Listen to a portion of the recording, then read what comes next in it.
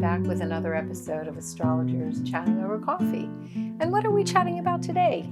Today we're chatting about the movies. And one of the ways in which astrologers learn astrology is by looking at the charts of famous people. Because they have a history, they have a story, and you can actually see how their chart expressed itself in the course of their life. They're well known, so it's interesting that you know a lot of details, or you think you know a lot of details about their life.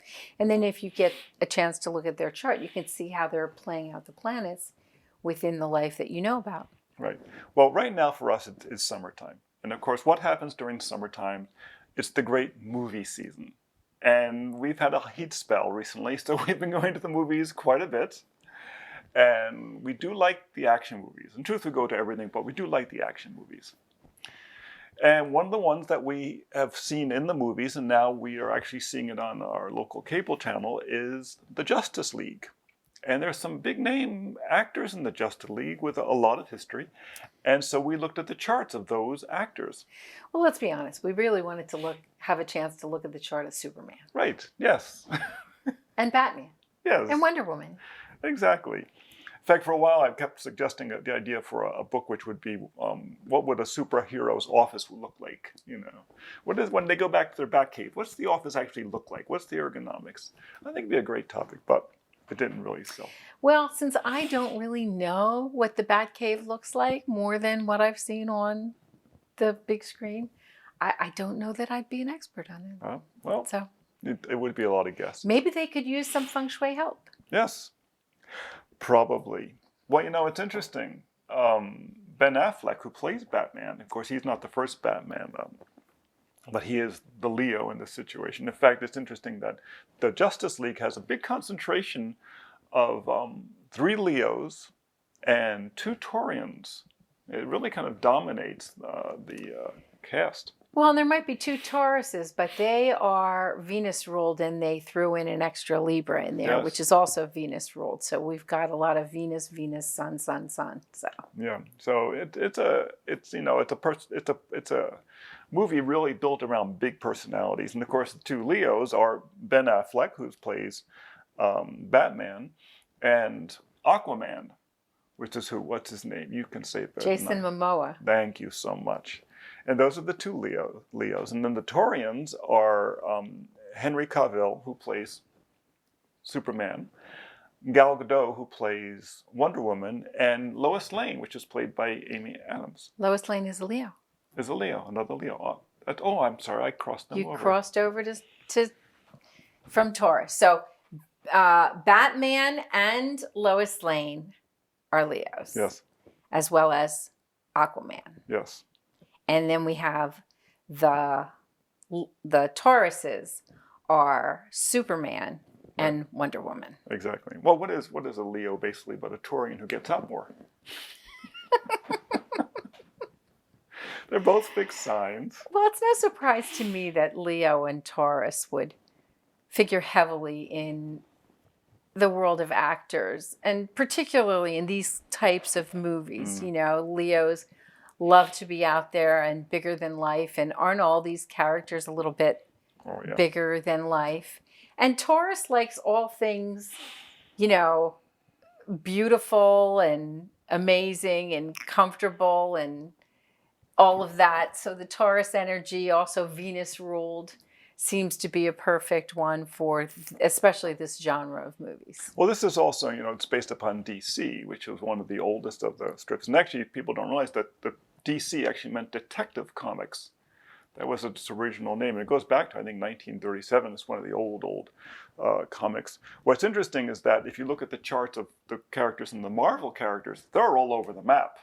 They're every place. They're much more kind of less standard and more individual. We'll have to look at them next. Yeah. Because I love the Marvel universe. Exactly. Now, what's funny, and I noticed something, is that I think with 3 of the actors, Henry Cavill, Ben Affleck, and Ray Fisher, I think it's those 3, all have Mars very close to their sun.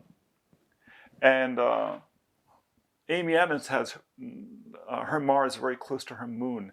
And it shows kind of the ability to really be right there physically. Embody. Yeah, embody, really get expressed through your physical body. I've sometimes seen it in body workers quite often, people who work with their bodies and have to be right there, very, very present. You know, which is important, I think, for an actor, especially in this kind of role, which is so physical. Well, I think it's interesting, too, that both of the ladies that we're featuring in this talk, Amy Adams, who plays Lois Lane, and Gal Gadot, who plays Wonder Woman, both of them have a Virgo moon. You know, so emotionally paying attention to the details. You know, I think that's a very important part of playing a part that has a long history, has a long backstory. You know, I think that's really probably a very good asset for them to be able to play those parts. I've noticed a lot of Virgo moons among well-known women actresses. I've noticed that pops up a whole bunch of times, and I think it has to do with that ability to be very mutable. Virgo is one of the mutable signs, be emotionally mutable. And, you know, a Virgo is not by its nature a very emotional sign. It's a more intellectual side, but kind of think your way through your emotions. Think about who should I be. And also, Virgo is always very good about reflecting other people's emotions. And the Virgo moon is actually, I think, very good about that. It's reflecting other people's emotions. So if the director can just tell you what you're supposed to emote, you could probably reflect that for them. That's very cool. I like that. Yeah. I see a couple of Mars in Gemini too, Oh. talking about the reflecting, you know, someone else. Like the Gemini energy is a lot like I'm like you and you're like me, you know, or let me know you so that I can show you that we're more alike than we are different. You know, that's a very important part of the Gemini energy. And it looks like Jason Momoa and Gal Gadot both have Mars in Gemini. I didn't really look at some of the other ones to see. This is Mars in Virgo for Amy Adams, and Mars in Cancer for Ezra Miller. What do you got over there for Batman and Superman? Batman has also Mars in Virgo.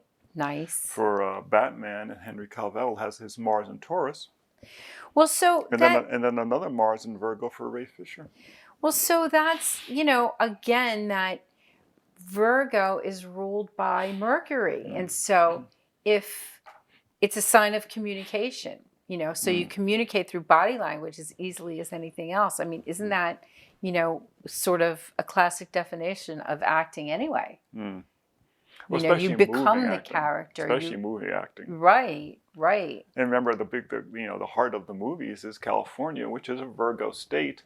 It's in Los Angeles, which is a Virgo city. See, now we made this observation that there was Leo and there was Taurus in the thing, but it seems like the Virgo is coming out to be the sort of significant strength of this whole cast. Well, movies, especially compared to most of the acting world, is extremely technical. More and more every day, with the kinds of things that they can do and the special effects and the, you know, it's just amazing. And then animation by its very nature is very much a Virgoan thing. The idea of putting figures in little boxes. I made a lot of very famous strip cartoonists are Virgos. I remember those little flip stories you used to do as a kid, and the people who did them really, really well were the Virgoan types that didn't mind drawing the same figure with a minute difference, 100 times, and you'd find the person who didn't have that kind of patience, and they do it in 6 drawings and just flip it, it's over, but you really get to see the animation of that with that Virgo attention to detail. It's funny. Harry Cavill's chart is very interesting. He's got this big configuration in Taurus, but it's not always the visible stuff. He's got the Sun in Taurus at 14 degrees. He's got Mars at 21 degrees. Then he's got Mercury at 25 degrees, and that's that beautiful voice he has. He's that beautiful Taurian voice. It's so obvious. He really does. Whenever I hear that, I don't want to call it the radio announcer voice, but it's got that full, you could listen to them read the phone book, kind of thing. I rush to my resources to see if I can look at their chart and see if they have a Mercury in Taurus, because that's really very often gives that really sort of dulcet tones to the voice. Well, remember in the movie about Walt Disney and the story of Mary Poppins. Saving Mr. Banks. Saving Mr. Banks, the character who plays the father, who does a lot of the narration, and that is also a Taurian. I'm forgetting what his name is, but at the very end, he has this beautiful narrated part that is so classic Taurian. It's like hearing music when they speak.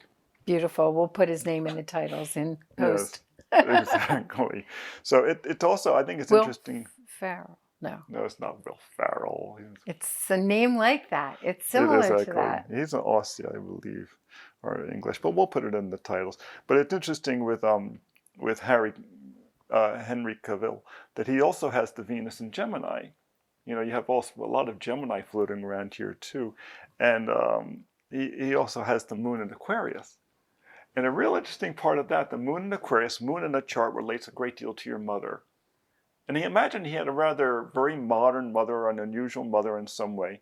But the woman who plays his mother in the movie and in other movies has been Diane Lane, who is practically the only Aquarian in the entire cast. So here he has his Moon in Aquarius, and he has an Aquarian playing his mother. Well, he also has Aquarius rising. We have a good birth time for him, so... Which is, gives him that distinctly good look. I mean, that kind of classic balanced good look that you get with Aquarius rising. It's interesting. You do notice that Aquarius shows up a lot among movie actors. One of the things I find interesting about Henry Cavill is that for some reason, maybe because he's been cast with other male actors that are even taller than him, for some reason I thought he was very short. But he's not. He's quite tall. 6'1". And so he gives you an illusion that is also very sort of Aquarian. It's like just different. It's different than what you expect with Aquarius rising. Taurians never look tall. Ever notice that? They can be really tall. They never look tall because they're so grounded on the earth. They just don't look, they don't give that impression. Aquarians look tall. Sagittarius can be tiny and still look tall. Sagittarians. But Taurians just look so well grounded. Well, and of course the rising, I don't want to have, assume that people know more and that we're talking over you, but, the rising has a lot to do with your physical appearance. And it also has to do with how people see you. It's how you see the world and how you are seen by the world. So it's a very important aspect of the chart, but it's like what you first meet or first observe about someone. It's not like their character or their, what motivates them. That comes along later as you get to know them a little bit better or know the chart a little bit more. It's also interesting, that Aquarius rising is ruled by that Saturn at the midheaven, highly elevated in the chart in Scorpio. So once again, there's a real drive there, but also it's Scorpio. It's a sexy sign. He comes across as very sexy. But it's also, he also has the moon rising too. And it wouldn't surprise me at all if he, for instance, as a sideline writes science fiction or something. People with moon rising a lot of times make very good novelists because they can really create their own personal world. But in Aquarius, you'd expect it to be something like sci-fi or something rather than romances. So... Now, Ben Affleck is a very different kettle of fish there, you might say. I should say that about No, that's Aquaman. That's true. Yeah. But he is a Leo, and yet for all that sun, and it's late in Leo too, it's 22 degrees, so he's really in the Leonine part of it. His Venus is in Cancer, rising, so he's charming. He's loving, he's friendly, he's probably very nice to people. People with Venus rising people tend to be instantaneously likable. It's Cancer rising, which means he's very caring about people, though he can come across as kind of crusty. I was just going to say, even if they're crabby, people like them with Venus rising. Exactly. They can be crabby. And then he has Mars in Virgo, which is actually, a feminine position, and it's a very detailed position with Pallas there. So really, has very precise control over his actions. What do you call Mars and Virgo people? People who have organization down to a sickness, as we say. I resemble that remark. And then he has his moon in Scorpio.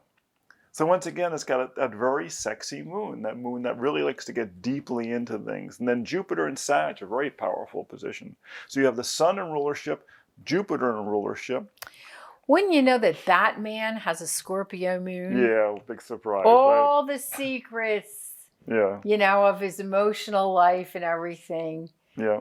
hidden away in that moon. It's interesting. The flag above his castle, his midheaven, is Pisces. Well, Pisces, that's the movie. It's, illusion. And it goes back to that Jupiter and Sag.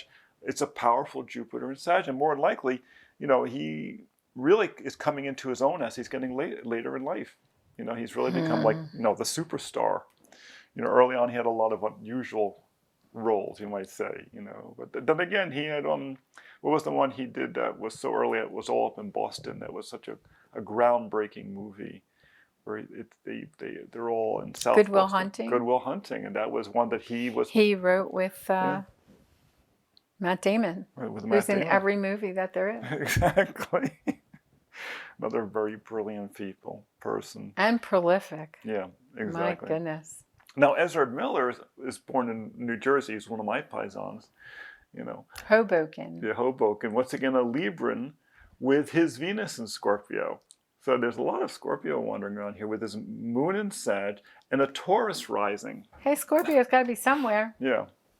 So, but why does he play the Flash, I wonder? I mean, what's in his personality that's showing the Flash? Where's his midheaven? I don't know. Mars in Cancer? I mean, so, this would have to be, he's got a Mercury in Libra. Yeah. Another air sign, sort of reflective as the Mercury is. So being able to find the commonality in with the character that you're going to play, right? Oh. Yeah. That could be, and the Sag moon is always one for stepping outside of your world into something greater. And also look at that midheaven, that flag above his castle, conjunct Neptune and Uranus and Capricorn in the 9th house. Well, some of the roles he's played have been the kind of, and he plays the Flash. He can't figure out brunch. What's brunch? He doesn't really get along with people. He when Batman says, "Do you want to join us?" He's like, "Yes." Because I don't have a lot of friends. I could use more friends. Well, it's funny because, this Neptune-Uranus conjunction, Neptune is fantasy, Uranus is quirkiness. Yeah.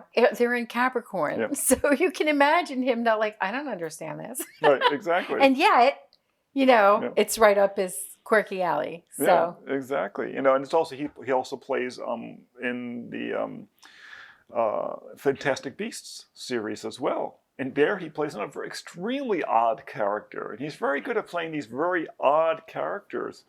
And maybe it has to do with that that having that Neptune, conjunction. To be known for that because it's conjunct the midheaven. Yeah. And what's funny too, his part of fortune, the part of fortune is kind of like your Earth interface, is in the 11th house in Pisces again. Once again, illusion. It'd be interesting to look at his chart in terms of the stars, because many times with people who have significant stars in their chart will really kind of get catapulted. It might be because that moon is very close to Antares, and maybe has a lot more, and it's in the 8th house. He might have a lot more emotional oomph kind of hidden beneath the surface that people don't recognize because it's in the 8th house. It's kind of a hidden house. Well, I mean, quickly, Jason Momoa, Aquaman, with all that Leo, it's surprising he gets in the water at all. But, Wow. He's got the Sun, Jupiter, Mercury, and Venus all in Leo. So that's an awful lot of fire, and it's an awful lot of, I don't think he can go anywhere without being recognized, noticed, the center of attention. It's really, he's got his own little solar system going right there. And the moon is in Scorpio, so there's a lot going on there that we frankly don't know about, and that's fine with him. But it's conjunct Uranus, so it's definitely quirky. Yes, and once it's a different kind of outlook. Yeah, there's a whole private side to his personality. And Pluto, well, I don't know the birth time, so I can't say Pluto is rising. So I'm not sure about that. We're not sure about the houses, but definitely that moon and Uranus conjunct. Possibly to the degree, depending on what time he's born, but definitely right in the middle of Scorpio. So there's no chance that moon moved out of that sign in course that of the day. Yeah. I think it's interesting. He's got what's called a stellium. A stellium is when you have more than 3 planets in a particular sign. You have the Sun, Jupiter, Mercury, and Venus all in Leo. That is a lot of fire. We just said. Yeah, but it's a lot of fire. I mean, it's someone who, but it's early Leo too. You know, it's actually in a part of Leo that's very caring. This is very close to where Obama was born, for instance. Well, and it's interesting that it's all trine that Neptune. So when you're talking about Neptune, forget the fact that he's the god of the sea, Aquaman. But Neptune is dreamland, movie making, inspiration, ideals, storytelling, all that kind of thing. So it's really the trine supports him as, you know, in that. So all of that becomes a natural part of his stellium there. Oh, especially because that's an exact trine between Jupiter and Neptune, and Jupiter is the ruler of Sagittarius, and Jupiter, of course, is considered also the traditional ruler of Neptune, of Pisces, right, of the sea. And they also form a trine with Ceres, which is Ceres, which is the largest of the asteroids, and it forms a grand trine within 2 degrees. So he's a very creative person. Don't people want to make Ceres a planet after they demoted Pluto? They want to make Ceres a planet? Well, no, we're not having it. Pluto's a planet. It's called a protoplanet, and it's because it looks like a planet. It's, in fact, of the major asteroids, it's the only one that looks like a planet. It is circular. Yeah. And, you know, it's a significant player, and it's close. I don't mind if Ceres becomes a planet. Just bring, you know, don't throw Pluto out with the bathwater. Yeah, really. Who else do we have? That's and the ladies, I put them together because I think it's very interesting, you know, because for a long time, I don't know, maybe it's just me, I thought sort of the comic book world was sort of male dominated, both in experientially and, you know, in acting it out. That the and it has been recent that some of the women of the comic book world have become stars in their own right. Right? Wasn't Wonder Woman the first one that had the major? It was a major picture, yeah. Right. It was groundbreaking. So, you know, that's a very interesting dynamic. She's a Taurus. Only the sun in Taurus. Yeah, it's just interesting. But Mars and Gemini, again, that ability to reflect, you know, and to mirror the character that she's embodying, embodying. A whole bunch, 2 planets and 2 major asteroids, all in Aries. Venus and Mercury are the planets. So I always think it's very interesting when a woman has Venus in Aries, because it tends to make them very independently minded. It tends to make them, you know, kind of personally motivated. And, you know, the Mars is in Gemini, so it goes back and forth between there. Well, and it's interesting because also in Aries is a asteroid called Pallas Athena. It looks like a shield or a sword, and we use it a lot in astrology. It really gives us a lot of information, but it's sort of, in a way, a feminine Mars. It's talents and energy. It's the advocate. It's, you know, it's the feminine energy shielding those that are weaker and going on ahead. You know, it's like a Venus Mars combined kind of an energy, isn't it? Oh, very much. And so she has that in Aries too. So that really is a very strong aspect of her personality. In some ways, she's the embodiment of this entire cast, because not only is she the Taurus sun, and the sun is actually only a couple of degrees away from Henry Cavill's, from I think 9 degrees and then 14 degrees, but she's also the Leo rising. So she combines. Oh, I'm sorry. There's no birth time there. We don't have time. So yeah. So she could be a Leo rising. It wouldn't surprise me. I wouldn't be surprised. Yeah, she's got that, you know, that shaped face and, you know, that presence. Just to mention quickly, you probably know, but the rising degree changes every 6 minutes. 4 or 4 minutes. Every 4 minutes, yeah. It changes a degree.